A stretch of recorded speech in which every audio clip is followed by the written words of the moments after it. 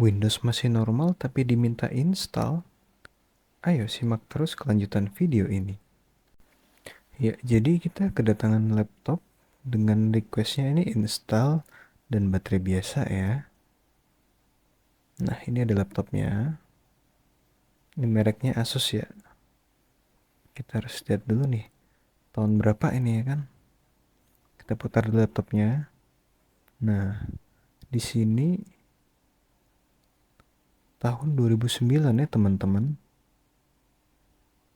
Nih, Asus tahun 2009, seri laptop F83VF. Dan yang paling mantap adalah baterai ini kotak guys. Beneran kotak gitu. Biasa kita udah tanam atau yang agak panjang tapi masih di luar. Ini kotak guys. Ini pertama kali saya jumpa yang kotak setelah beberapa tahun menjadi teknisi. Agak di luar perkiraan saya sih. Serinya sih A32A8 ya. Nyarinya agak susah.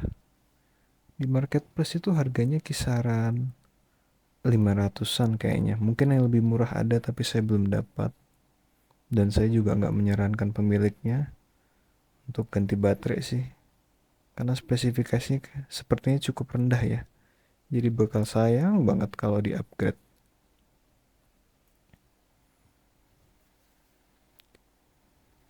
Oke, kita coba nyalakan dulu karena baterainya soak ya. Jadi kita akan colok dia.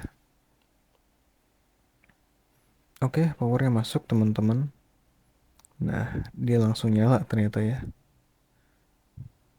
Nah, itu ada tulisan F1 dan F2. Oh, CMOS-nya berarti baterai CMOS-nya habis nih. Kita coba dulu tekan F1 ya untuk load default values and continue. Nah, kita coba aja F1 dulu apakah dia bisa loading ke Windows ya. Kalau ternyata F1 saja bisa masuk ke Windows, berarti kita nggak perlu untuk install ulang teman-teman. Nah, asumsi saya kenapa dia minta install ulang, karena dia nggak bisa masuk ke Windows. Dia kira mungkin error ya kan. Nah, sebagai teknisi yang menjaga kejujuran, kita akan menjelaskan bahwa laptopnya ini masih normal teman-teman. Kita lihat, ya masuk Windows berarti masih normal ya teman-teman. Sangat-sangat easy fix.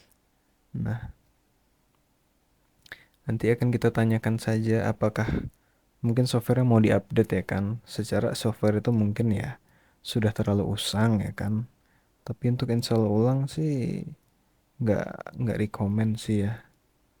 Sayang Windowsnya masih bisa masuk loh, lumayan cepet ya kan. Kita tinggal update aja ini sih. Lebih murah juga jatuhnya biayanya kan. Nah, lihat C dan D-nya ini beneran masih sedikit ya isinya ya. Sangat-sangat sedikit.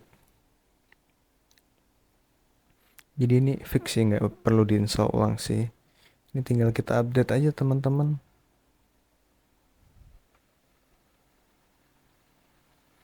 Nah, ini isinya driver ternyata di downloadnya teman-teman.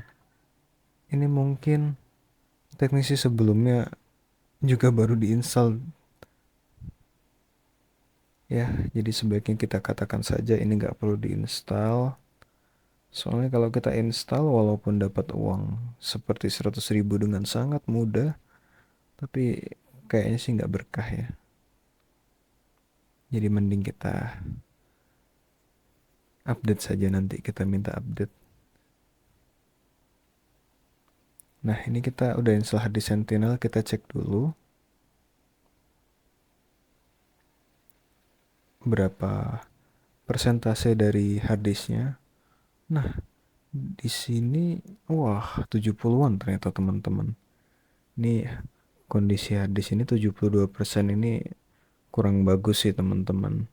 Cuman karena ini masih Windows 7 ya kan. Jadi masih bisa dipakai asal kita nggak install ulang aja. Soalnya kalau kita install ulang dengan kondisi Windows yang masih bagus, nanti dia malah memperparah kondisinya nanti. Nah, secara teori ini masih oke. Windows 7 itu nggak butuh SSD. Kita pakai hard disk saja masih cukup, teman-teman. Ini aja buktinya masih lancar ya. Oke, ini kita akan cek ya kan. Apakah ini kita harus pakai CMOS baterai atau iya kita harus ganti CMOS baterai atau kita pakai aplikasi saja yang harus dihubungkan ke internet. Baik, setelah saya bongkar laptopnya kan dan berbicara ke pemiliknya, memang kita sarankan untuk update dan dia setuju. Nah, niatnya tuh saya ingin mengganti baterai CMOS-nya teman-teman. Tapi ternyata ini kalau mau ganti baterai CMOS-nya doang, kita harus bongkar total laptopnya. Jadi dia letaknya itu di sebelah RAM sih. RAM-nya di sini kelihatan. Di sebelah kirinya itu pas. Cuman kalau kita mau ganti baterai CMOS, kita harus bongkar dia total. Jadi untuk mengatasinya dan mempercepat proses itu, kita nggak, saya nggak membongkar laptop dan nggak mengganti baterai CMOS. Kenapa? Karena saya akan menggunakan aplikasi NetTime saja, alias kalau kita terhubung dengan internet, berarti laptopnya akan otomatis waktunya itu update teman-teman. Jadi kalau dia CMOS itu diganti, bagi saya ya, kenapa saya harus mengganti baterai CMOS, itu kalau kondisinya eh, ada yang berubah dari BIOSnya. Tapi kalau dalam kasus ini, baterai CMOS-nya itu walaupun dia habis, kita tekan F1, dia sudah bisa langsung masuk ke Windows ya kan. Jadi problemanya cuman kalau kita mau mengakses Google dan segala macam di internet, waktunya ini tidak sesuai. Jadi untuk membuat waktu ini sesuai dengan baterai CMOS yang sudah soak atau habis, kita hanya perlu menginstal aplikasi NetTime saja. Jadi suatu saat kita sudah terhubung dengan jaringan, saat kita restart walaupun waktunya ke reset, dari aplikasi NetTime ini akan mengambil atau mengupdate waktu laptopnya lewat internet teman-teman. Jadi akan lebih mudah gitu bagi kita untuk terhubung dengan internet kembali. Nah, selanjutnya seperti biasa kita cek suhu dulu CPU-nya ya kan. Nah, ternyata di laptop ini suhu CPU-nya dia masih sangat-sangat normal untuk Core 2 Duo ya. Di asumsi saya itu Core 2 Duo semua prosesor itu bakal panas. Ternyata dalam laptop ini, dalam kasus kali ini, suhunya itu masih di bawah 50 derajat Celcius. Jadi sangat bagus dan tidak perlu untuk diganti pasta, tidak perlu diutak-atik ya teman-teman.